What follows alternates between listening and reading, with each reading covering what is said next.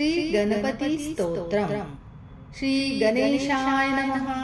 नारद उवाच प्रणम्य शिरसा देवं गौरीपुत्रं विनायकं भक्तावासं स्मरे नित्यम् आयुकामार्थसिद्धये।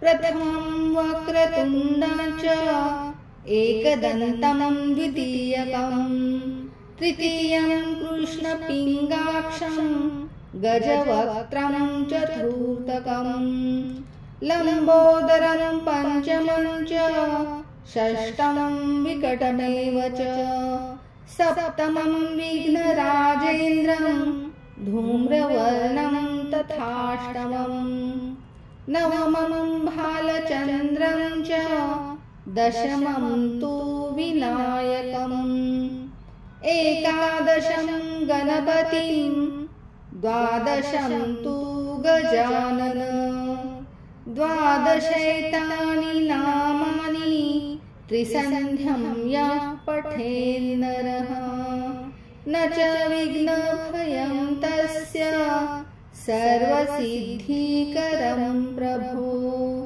विद्यार्थी लभते विद्या धनार्थी लभते धनम् पुत्रार्थी लभते पुत्रान् मोक्षार्थी लभते गतिम्।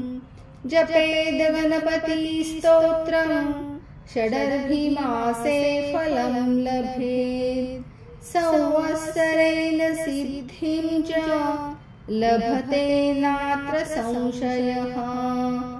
अष्टभ्यो ब्राह्मणेभ्यश्च लिखित्वा या समर्पयेत् तस्य विद्या भवेत् सर्व गणेशस्य प्रसादतः।